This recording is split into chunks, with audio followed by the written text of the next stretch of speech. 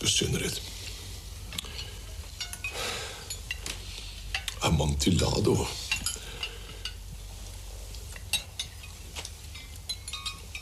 Den bästa amontillado jag någonsin har smakat.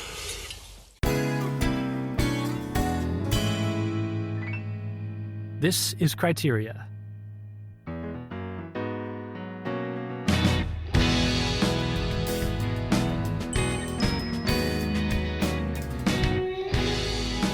Hey there, Thomas. How's it going? Hey, James. How's it going, man? Good. Just here in my apartment, and I imagine that you are in yours. Yes. So let me ask you a question. Yep. Question, James. When was the last time you showered? Ooh, you got me. I think it was yesterday, but I'm a little fuzzy on the timeline. Everything has been blending together for me. Same. Not the yesterday part, but the timeline fuzzy part. So when have you showered last? I'm not sure. Well, showered, it's been a while, but when have I bathed or cleaned my body in some form? Probably in the last couple days, maybe. I'm not sure. It is definitely sometime this week. I can tell you that much. Today's Friday for all you listeners out there. It's the Feast of St. Joseph the Worker. Yes. Today is the Feast of St. Joseph the Worker. Did you know that this feast was instituted as a counter to the communist celebration of May Day? I only recently found that out, which I think is fantastic.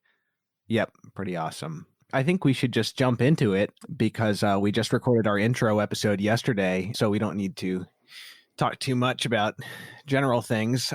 Our first film, this is Criteria, of course, and the first film we've chosen to discuss is Babette's Feast. This film was released in 1987. It's a Danish film, won an Oscar for Best Foreign Film that year. It's directed by Gabriel Axel and adapted from a story by the Danish writer Isak Dinesen, also known as Karen Blixen. She actually, Karen Blixen is her real name. Isak Dinesen was one of her several different pen names. So this is a beloved film. It instantly became one of my favorites the first time I saw it last year.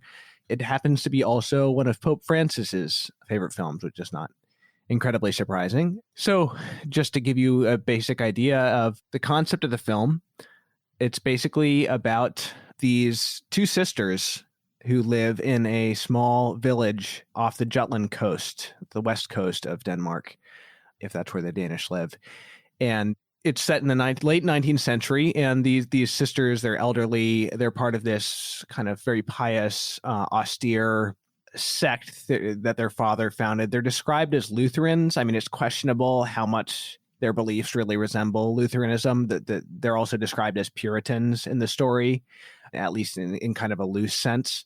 But basically, this is the tale of them and their French cook, Babette, who is a refugee from political turmoil in France, comes to stay with them and ends up changing their lives with this feast that she cooks for the anniversary of their father's birth. I think the centenary of their father's birth. This sumptuous French feast, which is like nothing that any of them have ever had before. And it kind of opens their, I suppose you could say, opens their spiritual horizons. The film's called Babette's Feast, and it's about a feast that Babette gives. Right. Yes. Let's talk a little bit about this sect, just to kind of, because I think our evaluation of these people in their kind of original state will affect how we view what happens to them at this feast, right? Like I said, they're described explicitly as Lutherans. Once you get into it, there's an article I read about this over at the Circe Institute website, written by this author I recently discovered, Joshua Gibbs, who's very interesting. And he argues that they really don't resemble Lutherans. I mean, if you think about, what's one of the great beer drinking countries of Europe, it's Germany, for example, this very Lutheran country, who was it who employed Johann Sebastian Bach? His take is that they're not really Lutheran or even Gnostic. They more resemble almost like a monastic community. They are constantly focusing on how, I think it's said that they view this world as something of an illusion. And, you can interpret that how you wish, I suppose, whether they mean that literally or not. They eat very austerely. Ale and bread soup is their normal fare. And they kind of speak in scripture quotes or quotes from the pastor. Do you think it's a fair description of the pastor that he kind of speaks in vaguely spiritual platitudes a lot of the time? Yeah. I mean, it's clear that in the film, the scriptural references and the hymns are functioning in a really particular way with reference to the story. So there's one scriptural quotation that comes up in a couple of instances. Mercy and truth have met together. Righteousness and bliss shall kiss. It's funny. I'm sorry. It's just funny because the way they say it, it almost seems like they're attributing the words to the pastor. Sometimes they're like, as our pastor used to say, and then they say this Bible quote. Yeah, love children, love one another. And then they all repeat it. Yeah. Right. Yeah. Yeah, it's interesting because, I think it's clear that the film is less concerned in creating a sort of authentic representation of a religious sect or of a particular denomination, and is more interested in utilizing the gestures and the language employed by this religious group to, further the themes that the director is interested in. So at times it seems like the pastor is just sort of speaking platitudes, like in that quote that I just referred to. He just sort of says, yes, righteousness and bliss shall kiss one another. And everyone just nods and they sit down. And what strikes me about it is that it's always like kind of out of context. We're just given these like little snippets of sort of like what are you talking about? Like when the first time that he says there's a callback to this later, or two callbacks if you think about it. So one of the dinners before they sit down, I think he says, the God's paths lead over the seas and the mountains, or something like that. And there's a couple of callbacks to that, but there's no context. There's no sort of application to life. Yeah, there's a hymn that they sing, I think, at three different instances in the film, which is pretty impressive because the film it spans decades, because we get flashbacks of Martine and Philippa when they're young, and then we move forward in time to when Babette first arrives with them, and then we go forward another 14 years. So really we're talking about three different time periods in the film, three distinct moments in time. And this hymn arises in each of them. And it's a hymn about, take not care too anxiously for your food and raiment. What father will give their child a stone who has asked for bread, or something like that, Or a stone or a serpent. It's unclear at any given instance why precisely they're singing this particular hymn, except that there's like a meta comment that's being made. Clearly, there's a kind of hermeneutic that the director wants us to be thinking about this community and their relationship, particularly to food. I think that the relationship to food is kind of central, and that's why this hymn shows up. So a number of the different hymns that they sing, all of them are carefully chosen. And there's another scene we'll talk about where the hymn is very on the nose, hitting the theme of the movie.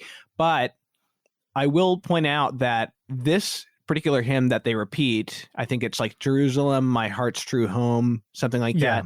This is not a real hymn as far as I can find out. I mean, in the story, it's explicitly said this is a hymn written by the pastor. Whereas the hymn, for example, that they are singing when Monsieur Papin comes into the church for the first time, I Googled that, and that's a real hymn. This one was written by the author of the story, Karen Blixen. I think it's might be modeled somewhat off another hymn, Jerusalem, my happy home, but the words are different. So this is not only just a hymn that was carefully chosen, but it was composed for the purposes of the story by the author. So what do you think that's about? My guess is she just wants something really specific, because the great thing about it for me is how specific it is, because they're saying what father would give his child a stone or a serpent when he's asking for bread. Well, what's the only food they eat? It's like bread soaked in water with a little bit of ale. It's ale and bread soup. And what are they terrified of eating later on? What's like the food that haunts I forget which of the sisters' nightmares. It's this turtle, which is like pretty close to being like a reptile or a serpent, you know? So, I find that hilarious. And when, by the way, just one of the funniest scenes to me is when she walks into the kitchen after all the ingredients have just been delivered. And before it cuts to the turtle, you just hear this like weird noise of the turtle breathing, and it's this like creepy noise, and then it cuts to this giant turtle. And it's just such a great moment. There's an incredible dream sequence that's totally trippy with flames and animal heads, and it's just an amazing nightmare sequence where I think it's Martine is just haunted by the witch's Sabbath that she's allowed to take place in her kitchen. Yeah, no, I mean, I thought that hymn was kind of speaking to this trouble of, of interpretation of Christ's words, that for this community, they're taking those words to mean, don't worry about food, don't even think about it, renounce any thought of food, is something that one of the townspeople says at one point, as if it's a bad thing, it's going to lead you down the wrong path, and God's going to take care of you. So you don't need to focus about these worldly pleasures. You can shun them instead. But I think that, by the end of the film, once we've heard this hymn so many times, I think there's kind of a counter notion that our desire for food is not a bad thing, that God has given us this desire for the good and for the beautiful, really. And I think that that's kind of what the film is really after, what the story is after, is not so much sort of the saving food or culinary pleasure, but really holding up beauty as this great pathway to God. Right. It's always situated in terms of art, and that's what the film ends on. What I found to be one of the strengths of the film is that in its performance style, it is really understated, and there's a lot that's left unspoken. So especially in the flashbacks, there are a lot of scenes where not many words are exchanged, and instead it's glances, gestures, lots of silence. And so there's a real sort of sense of interiority for these characters. It also made me think about the silence that dominates at a dinner table when people are eating happily. There's another silence that arises later in the film during the feast when people are just eating, and you can kind of tell by the way that they're eating and the way that they're looking at one another that this feast is going well. So I think it speaks to what we're talking about, that there's space for different interpretations or different sort of takeaways on what's clicking with these characters, such that when I went back and watched the film a second time, I found myself sort of interpreting things that characters did say a different way. Perhaps we can get to it later, but at the end, Babette, she sort of comes clean with the two sisters, and the sisters thank her and say, you didn't have to do all of this for our sake. And she says, I didn't do it just for your sake. And at first I took that to mean like, oh, well, Babette's getting something out of this too. Like she enjoys preparing these meals for herself as well. But then on reflection, it occurred to me, well, no, this is totally a selfless act that she's doing.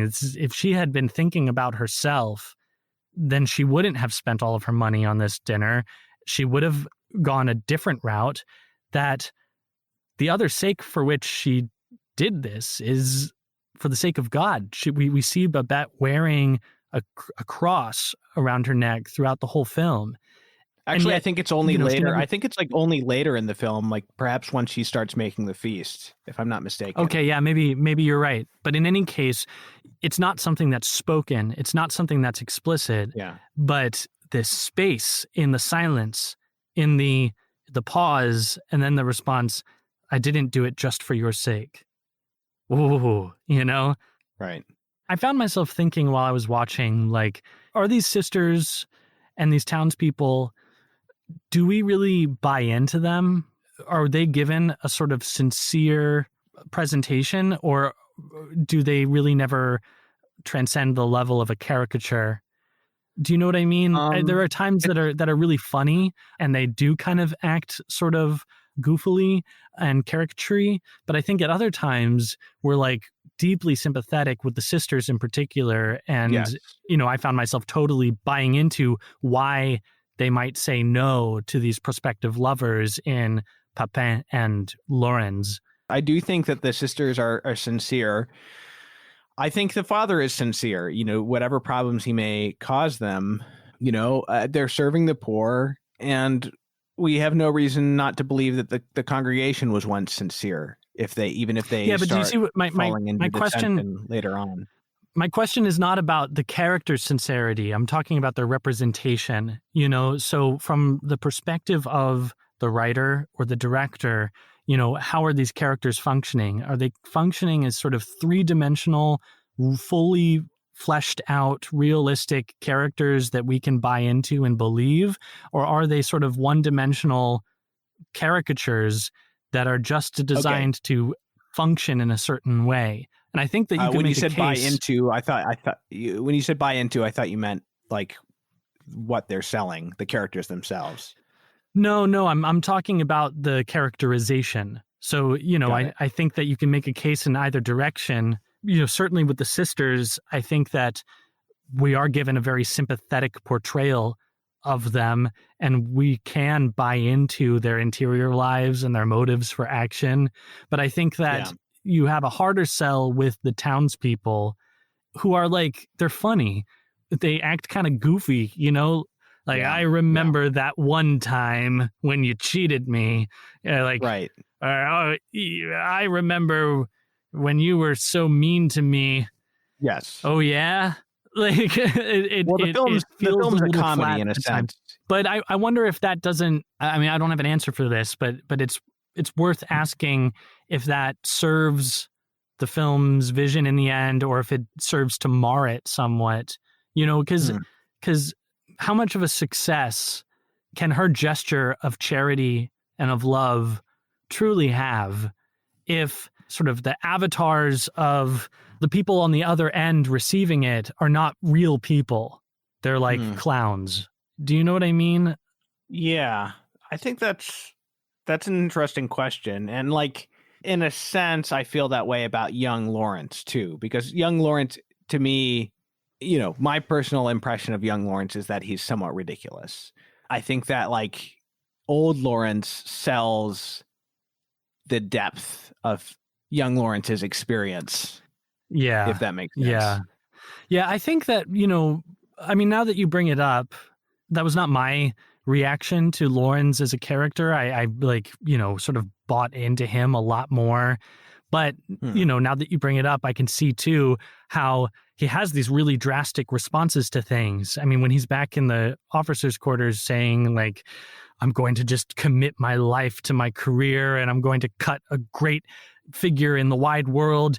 And it's super drastic. I think that it's just the style of the story. Yeah, I tend to think so too.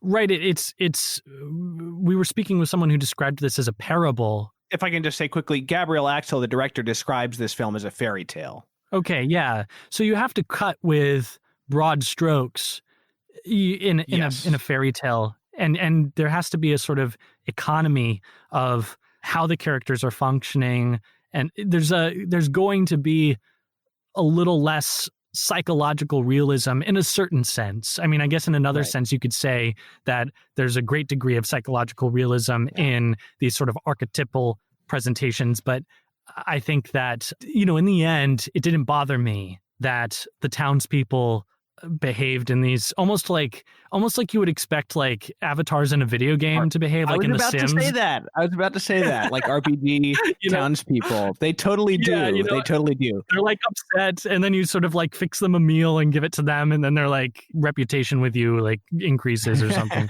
Your reputation with them. if I can just say, like, in the story, you know, this is a technical matter in a sense, but like in the story, if I remember correctly, with those spats that the old folks are having with each other, it just kind of says, like, it kind of describes them rather than giving them dialogue. Like it says in this, or these two old men one was angry that the other had cheated him 40 years earlier, but it doesn't say it in dialogue. And in the film, it's conveyed in dialogue form, and it has to be gotten across in like 2 lines. So like that also perhaps contributes. But I do agree, there is a kind of like fairy tale, or yes, even a video game kind of vibe with some of these old folks. So the father is interesting.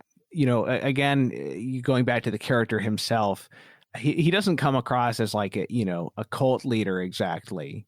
There's definitely a cult in the like sort of more neutral sense of that term, but you know, if you can blame him for anything, it's almost more sort of like his sort of shooing off these young suitors away from his daughters, where he says like they're my helpers, they're my right and left hand, so you can't take them away from me. You know, I don't think his intentions are like abusive or anything, but yeah, I mean, but you know, you also get the impression that they're not worshiping Christ, you know, like in the way that they impute Christ's words to him, and in the way they sort of recall his so-called walking on the water, you know, when he crosses the fjord that's frozen over. Which was the second callback, I think, to the line about God's paths. Right. So I think that one of the ways that I would fault him, I think, and it's one of the ways that the film faults him, is that he gets in the way. He sort of obscures the face of Christ. This is something that fathers are wont to do, is kind of get in the way of God the Father. And there is kind of a disfavorable depiction of fatherhood, not like a critique of fatherhood, but I think that you don't get very many like great father figures, it seems.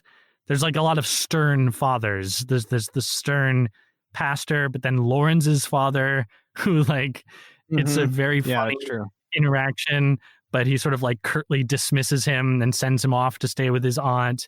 And so I think that if there's any sort of way that the film paints the father in an ill light, it's that it's in this way, is that he kind of begins to obscure the face of Christ, I think. I see. The only thing I could say that I would say that maybe counterbalances that is that one of the effects that the meal has on them is that they start, I mean, it's said that they were sort of departing from the original vision of this congregation and falling into dissensions and stuff. And then it's almost as though they had forgotten him in a sense. And then once the meal starts, they start remembering all these stories about him.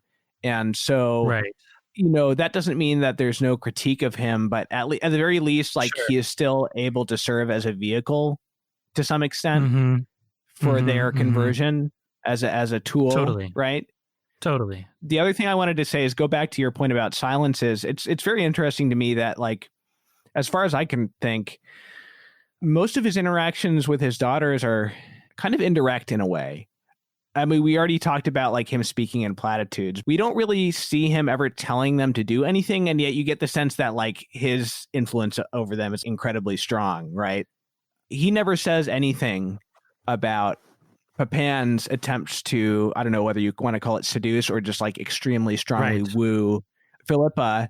You see him and Martine in the kitchen or in the dining room holding hands on the table and listening to the music lesson that's going on in the other room with what I would describe as like concerned looks on their faces, because they're like listening to the words. They're like the words of this love song, this love duet from, I think, Don Giovanni, if I'm not mistaken.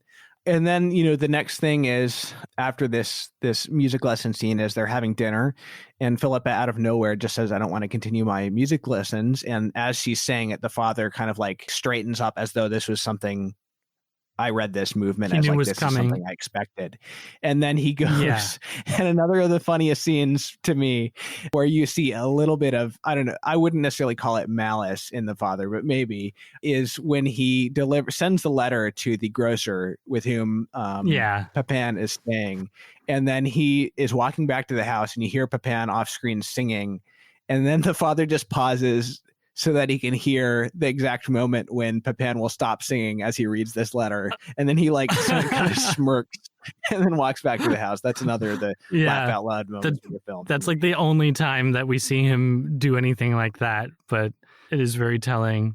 Yeah, I kind of loved his interactions with Pepin from the very beginning. Like Pepin goes over to the house and offers to give his daughter singing lessons. And he says, she'll sing like an angel. And this is important when one sings to the glory of God. And he the like father pauses just kind of a while and then like says that. He's like, are you a papist? And I just think that it's so funny because it's like there's something about Pepin's affect and about his insistence on beauty and beauty as giving glory to God that I think sort of tips his hat, that he's a Catholic. And I think that that we can sort of glean in that interaction that all of their aversion to things that are beautiful, to things that are so-called worldly or pleasurable comes from him. And so like the chip on the shoulder is his. And I think that's precisely what they need to get over if they were to, if she were to go with Pepin to Paris to sing, or if Martine were to, I get them mixed up, Martine and Philippa, but if the other were to go and, marry Laurens. It's kind of interesting that the similarities and differences there, with Laurens, I don't know that we can assume that Laurens would have stayed there if he got married. I mean, probably not. But in a sense, there's a sense in which he also... Well, why would we think that? Why would we think that he would? Yeah. Stay there? Yeah. Well, we wouldn't necessarily think it literally, but there is a sense to me that when he's leaving her, he's also leaving this way of life, right? And choosing and that's very much contrasted with like the vanity. I mean, I think first and foremost, the vanity, when he looks in the mirror and says all is vanity, it's first and foremost contrasted with the life of worldly success he's leading and with the love that he left behind. But also I think it's contrasted with maybe the way he calls it vanity is different than the way that they would. He's not calling it vanity from a place of asceticism. He's calling it vanity from a place of wanting actual love. Yeah, but that kind of, speaks to how his despair is the same as theirs. Like, I don't think that their asceticism is authentic, like it's a fearful negation of the good in things. Yeah. And so it's a kind of despair of the goodness in the world, that God made the world and saw that it was good. And so his despair is just the other side of the same coin. And I think it's an interesting testament to how those who serve the world end up kind of circling back around and ending up in the same place. And like Laurens's conversion isn't prompted by their way of life or by their prayers or by the fact even of her being the daughter of a pastor. He doesn't know any of this when he first sees her. And when he sees her that the narration tells us suddenly he had a mighty vision of a higher and purer life, So I don't think that it's that he's aspiring to the way of life that she represents. The thing is that he sees that she's beautiful and that it's her beauty that compels him to want to live differently. I mean, from the beginning, they're described as, these extremely beautiful people that the young men went to church to see them. And we see the scene of like the young townsmen going into church, sitting in the front row so that they can look over at the other side to the sisters who are sitting in the front row on the other side. And of course their motives are imperfect, but I think it's this sort of first sort of brush stroke in the direction that beauty is a legitimate way to God the Father. And, it begins with these young men who sort of embody it really imperfectly. Then it sort of takes a step up a notch with Laurens. I think it goes up another notch with Pepin because he's Catholic. And so he says some of the most profound things about beauty and about the role of the artist. When he's talking to, I think it's Philippa, the sister he's giving lessons to. He says, you will sing like no one has ever sung. The rich will forget their riches and the poor will be consoled in their misery. So there's this magnanimous view of what beauty can accomplish for others.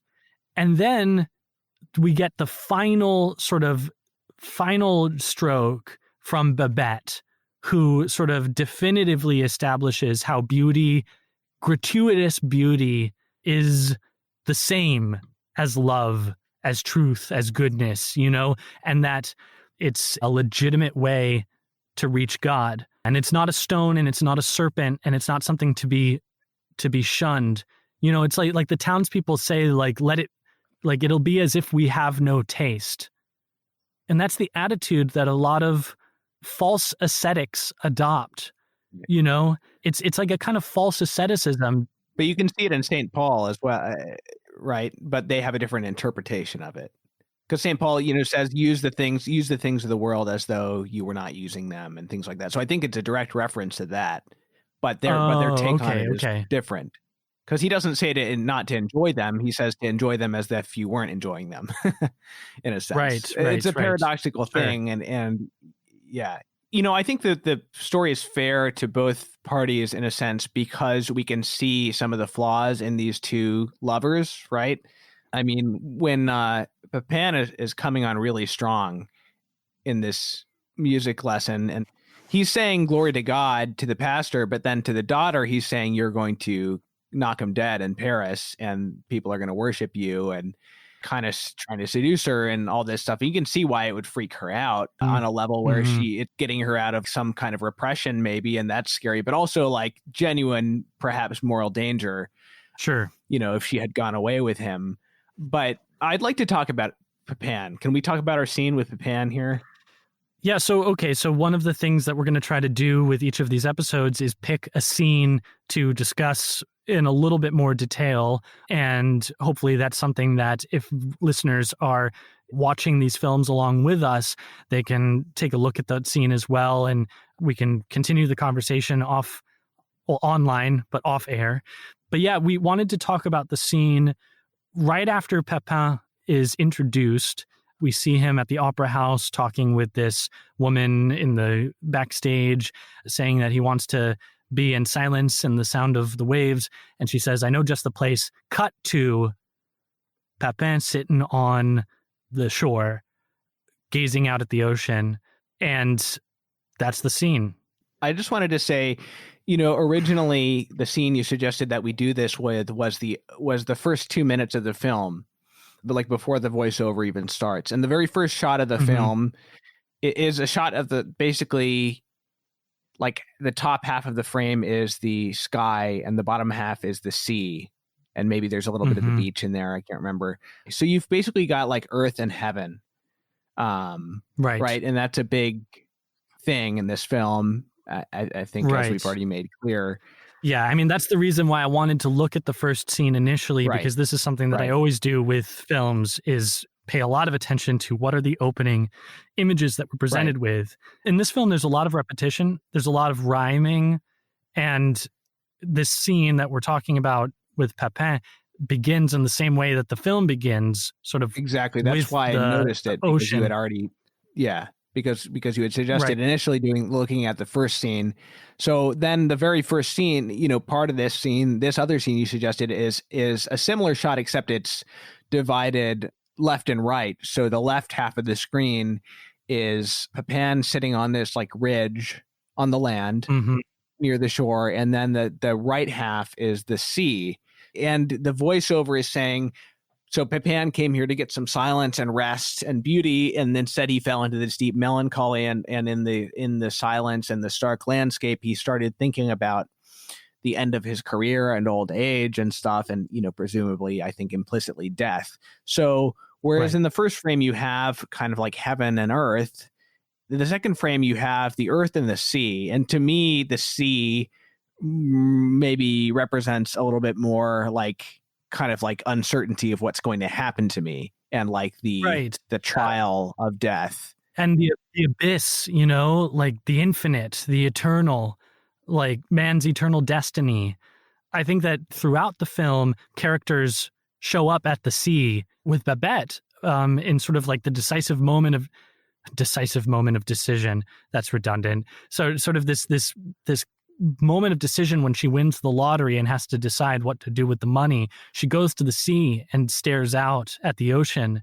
But then also in other instances, we get these shots of one figure in this sort of vast landscape, this empty landscape, whether it's a figure on horseback or in a carriage, or Babette picking herbs to use in her cooking. So there's this sort of, who's the German painter who paints, small figures in big landscapes? Like, are you talking about like the guy on the rocks in the stormy sea? Yes. I forget the guy's name. But I saw that painting in Hamburg. Yeah. I saw a collection of his paintings when I was in Berlin, and yeah, they're amazing. And like, they really speak to these deep questions of man's identity in the cosmos, their existential problems in these paintings. Just for the record, I Googled it, and it's Caspar David Friedrich's Friedrich, right. and the Wanderer Above the Sea of Fog is the specific painting we just mentioned. Yeah.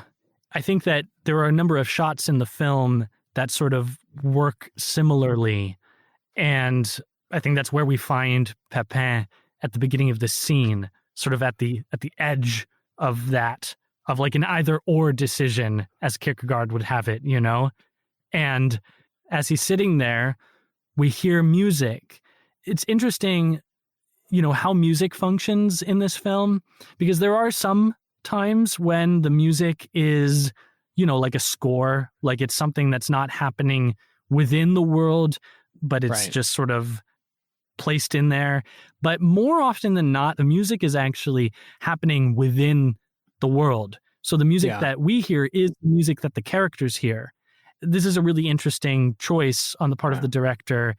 And in this instance, it's that music that Pepin hears that simultaneously sort of scores our seeing his sort of drama unfold. As you said earlier in our conversation, the hymn that they're singing is kind of like perfectly tuned to this moment. But on the other hand, I wrote down the second verse because it's especially appropriate. Right. Well, I was just going to say, on the other hand, it's also functioning in the world of the story. On Pepin, it's the beauty that draws him into the church. And so, again, we have the sort of repetition of this theme of beauty, sort of bringing a young man into church.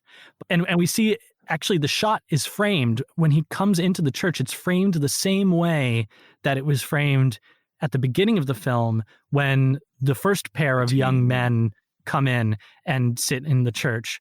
But the difference is that instead of sitting in the front, like those two young men did, Pepin sits in the back.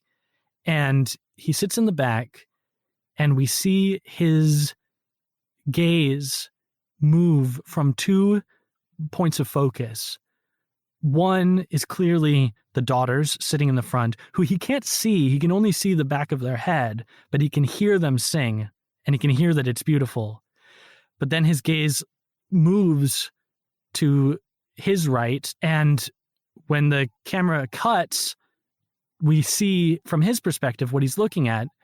He's looking toward the front of the chapel, and there is the pastor standing where he was before. Kind of just, it's a very funny arrangement. They're kind of all singing, and they're looking at him, and he's just standing there, sort of gazing approvingly at them, But then the light shifts in this moment. There's light coming in through the window behind him, and it illumines the crucifix that's behind him. That's a great observation. I did not notice that. Yeah, well, I didn't notice it. I didn't notice the crucifix until that shift. So I think that for the viewers, and certainly in my case, it was the first time that I saw Jesus on the cross instead of the pastor. And this speaks to kind of my point about him sort of obscuring the face of Christ. But then we get a cool little edit. I don't know what the technical term is for it, but we get a close-up of the daughter's face who is singing. the one with the beautiful voice that drew Pepin in. And then it Philippa. cuts to the face of Christ. Oh, dang, man. Nice. Yeah, it cuts to the face of Christ. It's a close-up on Jesus's face. And then it cuts back to her. So, it's this interesting juxtaposition. And it got me thinking about how Christ is lovely in, what's the Gerard Manley Hopkins line? Lovely in eyes, lovely in limbs, lovely in faces, not his, or I'm butchering it. But the idea being that we see the face of Christ in our neighbor, and that Pepin is having an experience of Christ, of Jesus, through the beauty of this woman's voice. He offers a prayer, which is, kind of imperfect, because he ends it with, "Here is a diva. She will have Paris at her feet," Right. But it begins with a canticle of praise to God. Right. And anyway, I wanted to look closely at this scene because I think it's a great example of how this film works so elegantly with sort of subtle yet detailed gestures that sort of, without words, guide us through the drama that's unfolding for these characters, so that you can take things on just a surface level, but you can really try to attune yourself to the sort of interior experience of these characters, and all of a sudden, like, new things open up. It made me think about, it's something that's been attributed to Pope Francis at times, I think, this idea that Christianity is a religion of human faces, the face of Christ and of Joseph and of the saints. And in this case, this close-up on these faces drives that home. Yeah, man. Those are great observations. If I can just hammer on this hymn a little bit more. I forget what the first verse is, but I was struck by the second verse. So he's sitting on the near the water, and he's thinking about the end of his career, and then he starts hearing this hymn which is about death. And in the second half of the film, pretty much most of the hymns are about death. And this is so specific again, but this one is actually a real hymn. I looked it up. God is God, though all lands lie desolate. So, I mean, that's perfect for where he is. He's in this desolate landscape. God is God, though all life be ended. Should mankind perish, yet in highest heaven, countless multitudes would sweetly sing God's praises. So that really speaks to his concerns about his career, but it also is exactly what he says in the letter to the sisters, which is repeated by Philippa to Babette at the end of the film, where in heaven you will be the artist, God, the great artist God meant you to be, and how you will enchant the angels, I think is the line. So it's right there in that hymn, actually, which is a great consolation for artists, by the way. I think. Definitely. Yeah, it is. It really is. But it's true of all of us, we're all going to be purified. I mean, that's why purgatory is important, but we're all going to be the great lovers that we were always meant to be. So whether you're an artist or not, I think there's a lot of consolation in, anticipating our glorification in heaven. In a sense, I think it allows you to say, I don't have to worry about the fact that, due to delaying on my vocation, I missed such and such a number of years of satisfaction, as an artist in life, because I'm going to have an eternity to be that. So what matters now is that I actually do it for the sake of accomplishing what God wants me to accomplish on this earth while I'm here, rather than so that I won't miss out. What did you think about Lawrence's speech at the end about, man thinks that he has to make these choices, but the choice is insignificant, because what we chose is given to us, and what we refused is granted to us also. Yeah, I'm willing to take it, I think it's beautiful. I'm willing to take it as an exaggeration when he says our choices are of no consequence. Obviously, that's not true, literally speaking. I think you have to take it in terms of, if you make it to heaven, kind of as long as you make it there in the end. So, I don't know how the author intended it, but I'm willing to take it in a Orthodox spirit, I suppose. But it's true, of course, our choices do have consequences. And in this life, we can make irrevocable choices and lose things. And they even have eternal consequences, even if you make it to heaven, in the sense that your degree of glory in heaven is affected by your actions is in this life. I thought that was actually kind of symbolized in the feast when Babette gives instructions to the serving boy to give one glass of the wine to everyone, but to refill the general's glass whenever it's empty.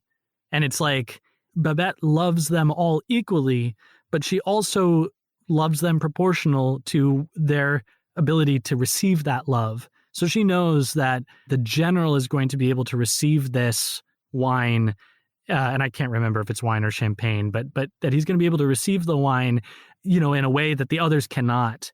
And that it's like, actually, it's not like her favoring him above the others. It's her sort of loving him with a particular love.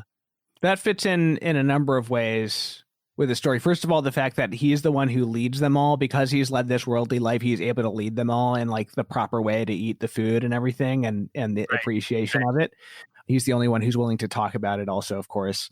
But what you say about, his ability to appreciate it from her perspective, that's part of what she says in the story at the end, is she's mourning the fact that all these people she knew in Paris are gone, including General Galifet, there's this irony in the story where he's the one who had her husband and her son killed. And he's also the one who was singing her praises in the anecdote told by the general at the feast about not General Galifet, but General Lawrence tells this story about General Galifet at the Café Anglais in Paris, talking about how, he's fought duels for the love of this woman, of women in the past, but this is the one woman in Paris he would die for, this cook, because she has the ability to transform dinner into a love affair, which does not distinguish between spiritual and bodily appetites. There's this irony there that like he's her great appreciator, and yet he's also the one, because of political reasons, who was behind the death of her husband and her son. But at the end, she's mourning them, and the sisters are like, why are you mourning, these people who were your enemies? And she says, you see, mesdames, I don't know how to pronounce that, mesdames?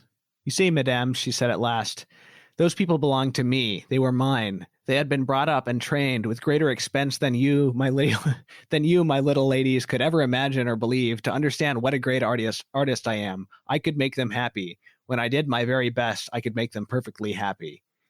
And this is before she quotes the beautiful line from Monsieur Papin, where he says, I think this is a longer quote than in the film, "It is terrible and unbearable to an artist to be applauded for doing his second best. Through all the world, there goes one long cry from the heart of the artist, give me leave to do my utmost." So that the ability of people to appreciate her work is much more emphasized in the story, which is interesting. And I don't know that I think the story is better for it, actually. No, it sounds like it's less effective. I mean, because in the film, Babette comes across as very magnanimous. Yeah, whereas in the story, it has her in that final conversation with the sisters. It has her looking at one of the sisters. I think it says with pity, and perhaps was there pity and perhaps even a little bit of scorn in her look. And it's funny because like I think that a little bit of that still gets through into the film, even though most of it has been taken out. Because I felt like the one part where I was like a little like is when Babette reveals her identity. So after 14 years of being with these sisters, and after very tactfully and totally preserving their freedom, arranging it such that she's able to prepare this incredible meal for them that they are then able to receive without rejecting, she then, when it's all over, says, yes, I was the cook at the Café Anglais. And it just felt like, really? Does that have to be said? There was something about that felt sort of dissonant with her character and how she's been this sort of humble, patient, quiet, loving. She totally enters into the way of life of these sisters. She doesn't scorn their bread and ale soup. She eats it, without comment or without, irony. When she asks them for permission to not only offer them a dinner, but even to pay for it, she really kind of begs them. She said, I've not asked you for anything. Please grant me this. And after the fact, we can look at it and sort of see this irony of her asking for permission to pay for a dinner that they can't afford. Because at first they say, no, absolutely not, having no idea that what she has in mind is a 10,000 franc dinner. Right. But she doesn't say that. So she's like very gentle with them. And it reminded, honestly, like this is what I think makes the film a religious film, is that she's, in this respect, I think very Christological, very Christ-like, is that she really comes to them as a slave. She doesn't deem equality with God something to be grasped at. And I bristle a little bit at the end when she feels this need to like tell them, yes, I was the head cook of the Café Anglais. It's like, it shatters. We know who you are, Babette. Like, there's no doubt. But there's something of the mystery that is built up around you that gets shattered when you reveal it. Yeah, you maybe have something there. Overall, I think the film, Stéphane Audran, I don't know how you pronounce her name, but that actress's performance is really fantastic, and giving her a sense of humility, but also like the way she carries the way, something about her costuming and combined with like the way she carries herself. There's a great sense of pride and the sense of dignity. Her humility, yes, but also like she enters into the life there, as you say, in a humble manner, but also in a way that she kind of like masters it really quickly. It's emphasized that they're saving more money than they ever had. She's figured out how to make this already incredibly meager fare that they eat. She's found a way to do it even more economically, and yet she's adding like little spices and herbs and stuff that I think it's probably implied that they weren't using, that she's going out and picking. She's really good at haggling at, the fish market, and she definitely like wins your respect, and you can believe that she like wins the respect of everybody there. So I think, this is a good way to close the episode, is that on the Vatican Film List, this film is in the religion category, which is interesting because it's sort of, ostensibly much more about food, or about, we've been talking a lot about art, so there is an art category on the Vatican Film List, so why do you think that this film shows up in the religion category instead of the moral or the values category or the art category? Well, there's obviously, it deals with religion and the sisters' religion. The sort of like more positive, explicitly stated themes of the film are also presented in a religious light, in terms of the general speaking about grace, in terms of all the discussion of heaven at the end and in Pepin's letter, but also in, the symbolism of the feast itself.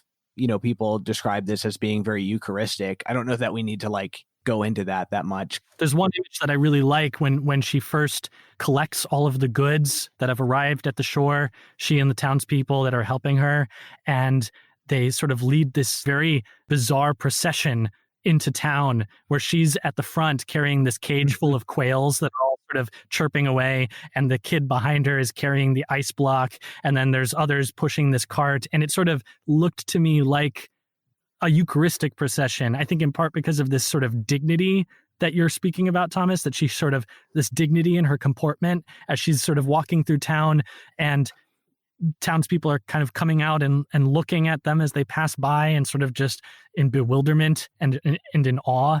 And that's like some of my favorite imagery in the film, but also I think it has this sort of, it evoked a Eucharistic procession for me. Yeah. So, I mean, I think it's clear enough. It's explicit enough with the religious elements, but also with the kind of more symbolic, what you could describe as Eucharistic elements to it. Why do you think the candle went out at the end? I mean, there's been all these singing about death and stuff. Is that just kind of like, that's it? Yeah, I mean, the film sort of hurdles to the finish line because, well, okay, so on the CatholicCulture.org community page on Facebook, Andrew Dessaulles, he described the film as one that only reveals itself in the final moments of the film. And I think there's something to that it's really in the final interactions between Babette and the sisters that sort of what the film has been about is made explicit, reveals itself. And so it can be kind of disorienting because all of a sudden, this character isn't who I thought she was. This film isn't about what I thought it was. Everything is aligning and kind of happening very quickly, and then it ends. And it's quite on sort this of musical thing with the candle. Yeah, but it ends quite abruptly, It's like, an artist is never poor. And then there's the part about, you'll be the artist, that God always meant you to be, and then it's done. And I think that the candle going out just offers a nice visual cue for us to land on when the narrative has sort of got us tripping to the finish line at the end. If I don't know if I'm doing a good job describing what I mean here, but that there's a very sort of abrupt arrival at the end.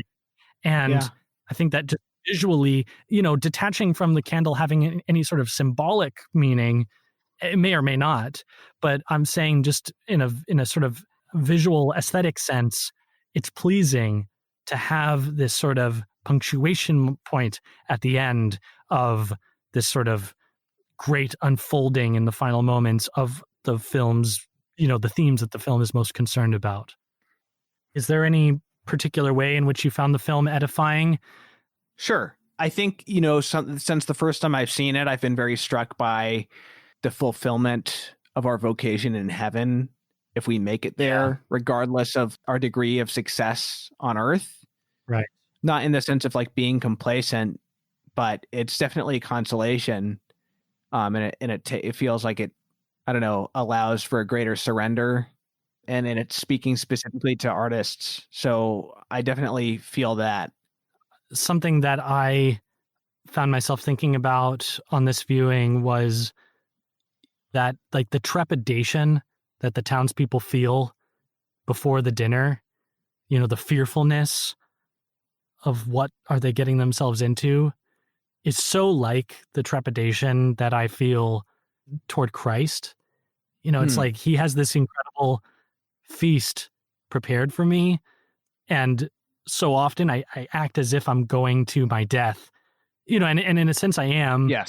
Yes. The cross for me, and the cross is what's prepared for me. But that's the mystery, that his burden is light, and that I should be running to the gifts that he has for me, and to the Eucharist in particular, and not dragging my feet, as if like this is sort of some great trial that God has prepared for me.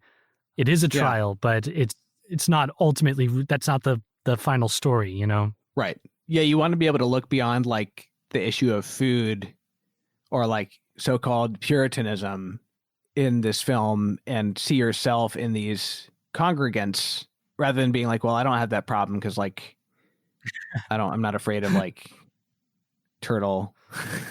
Yeah. One thing I like about this though is that like for me, some of these foods are like pretty weird. So like I can feel their trepidation at like eating like the Cayenne sarcophage is like pretty freaky. Like the general's like cracking the skull of this little bird and like sucking out its brains, Mm-hmm. Yeah, I was just thinking about how God is basically asking for my permission to throw me an incredible dinner party. And I'm like, no. Okay, no, but you can't pay for it. No, absolutely not. You can't pay. I can't even begin to pay for it myself. I need him to pay for it, and so the irony of Bette having to seek their permission to pay for this dinner, to do it for them, is the same irony of Christ coming to me as a child, as a beggar, asking for my permission to be saved. Right. It's pretty remarkable. These filmmakers, not Christian, and the writer is not, as far as I know, a practicing Christian of any kind. And this is something, that we'll come back to probably at greater length in treating of other films, because I think a lot of the films in the religion section on the Vatican Film List were not made by practicing Catholics. And there's kind of a truism out there in like Christian art circles that, some of the greatest religious films have been made by agnostics or atheists. And I'm interested in questioning that and seeing like, well, maybe some of the greatest films that use religious subject matter but like, are they great religious films? Does that say more about the state of Christian art than it does about the greatness of these as religious films or whatever? But I think Babette's Feast basically passes the test. I do feel like it is a fundamentally religious film. For any of our listeners who have gotten this far, first off, good for you. But especially if you haven't seen the film, go watch it now. And hopefully having heard this discussion will help you to pick up on even more than what we've been able to pick up on or discuss on this episode. And you can always chime in with us after the fact over at facebook.com/groups/CatholicPods, where we'll have the conversation going into eternity. Yes. And now it's time for us to decide what we're going to do next. Decide and announce. Yes. I was leaning, you mentioned La Strada. I was kind of feeling 2001: A Space Odyssey. I will say because I like I haven't seen 2001, but I expect there's going to be like a great contrast in tone, let alone subject matter between it and Babette's Feast. Right. Yeah, I'm down for 2001. You're right. La Strada is going to be more sort of along the lines of what we've talked about in this episode. So we're going to talk about more sort of Christological, in Christian. Right. Have you seen 2001? I have, but yeah, I would be happy to talk about it. Yeah, totally. Okay, so officially our next film to be discussed 2 weeks from now is going to be Stanley Kubrick's 1968 science fiction epic 2001: A Space Odyssey. I haven't seen it. James has seen it. Probably all of you have seen it. Too bad. Watch it again. We're going to discuss it in 2 weeks on Criteria, the Catholic Film Podcast. And again, please join in the discussion ahead of time, either on Twitter at Catholic Pods, or even better, in the Facebook group, which James just gave the URL to and we'll link to in the show notes, so we can maybe incorporate some of your thoughts and questions and observations and insights and whatnots into the next episode. And thank you again for listening. Yeah, and thanks to Andrew Dussault for his comment about the final moments of the film. That was helpful. Yes, absolutely. And he was the one commenter, so thank him. We thank him for that as well.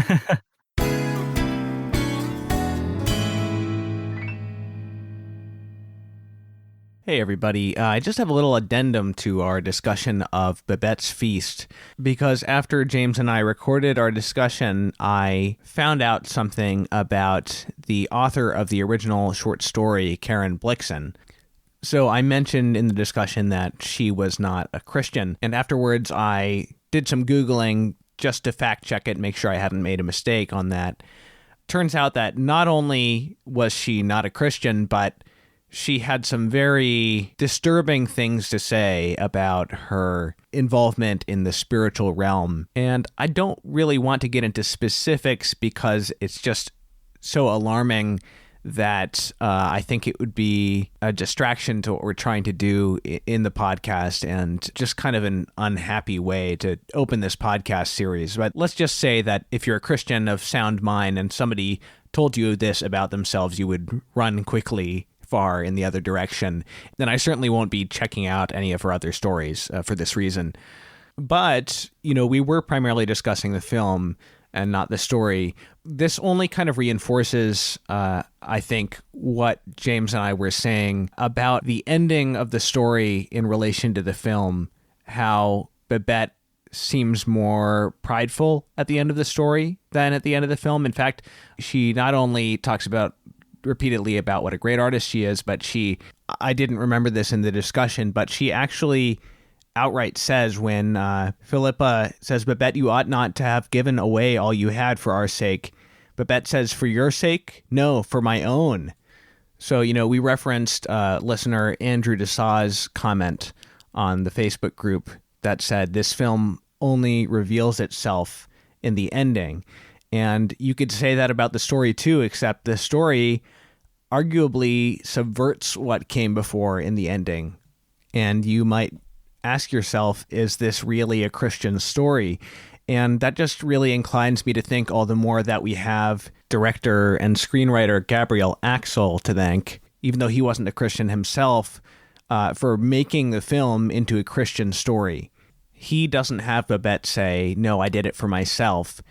And he takes out the stuff where she keeps calling herself a great artist. And he said that he did that so that Babette would be humble. The main difference between the story and the film is what Babette says about herself at the end. So in the end, the film, I think, is all the more remarkable in that Gabriel Axel, perhaps without entirely realizing it, because I don't know that he thought of himself as changing the whole spirit of the story, has neutralized what unsavory elements were present in the story and given us what is, I think, still rightly called a very Christian film.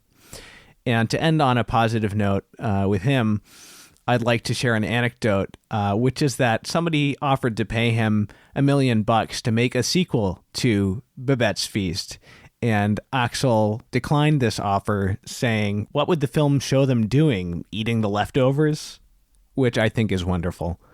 Okay, thanks again for listening, and I'll see you in a couple of weeks for 2001: A Space Odyssey.